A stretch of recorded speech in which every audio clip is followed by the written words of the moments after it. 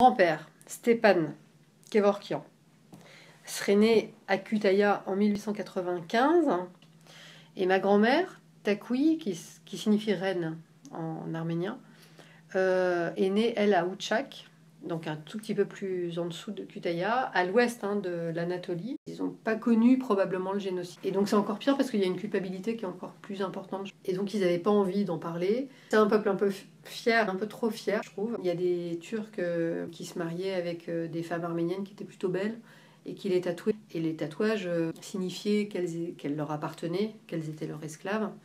Et que du coup, alors ça nécessitait aussi une islamisation forcée, que c'était pas leur religion d'origine. Et la Salah a contribué à la fois à en prendre conscience, à rendre la question arménienne visible par ses actions, et en même temps a fait beaucoup de mal parce que c'était des actions meurtrières. Leurs actions sont destinées contre les ambassadeurs turcs. La Salah, donc c'est vraiment, ils se forment dans un objectif de reconquête et de réunification des territoires, dont ils estiment que les Arméniens ont été dépossédés. Ça divise encore beaucoup la communauté arménienne aujourd'hui.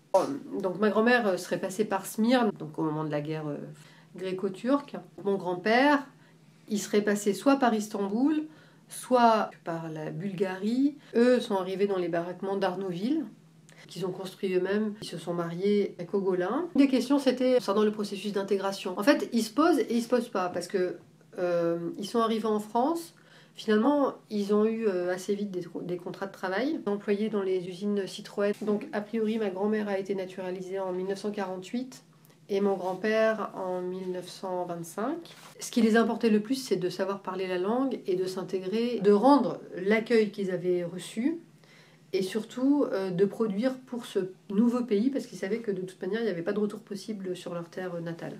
Et ils avaient tous un savoir-faire artisanal qui leur a permis de vivre. Mes grands-parents donc ont contribué à l'essor de la manufacture des tapis de Kogolin. Et donc mon grand-père était le chef d'atelier. Ils avaient tissé des tapis sur lesquels tout le monde marchait et qui étaient, je trouve, la plus belle des reconnaissances, parce que finalement ils ont réussi à s'implanter sur tous les continents, partout, de manière silencieuse, sans faire de vagues. Ma forme de reconnaissance, c'est l'artistique. Je trouve que on n'a pas besoin de revendiquer une reconnaissance supérieure.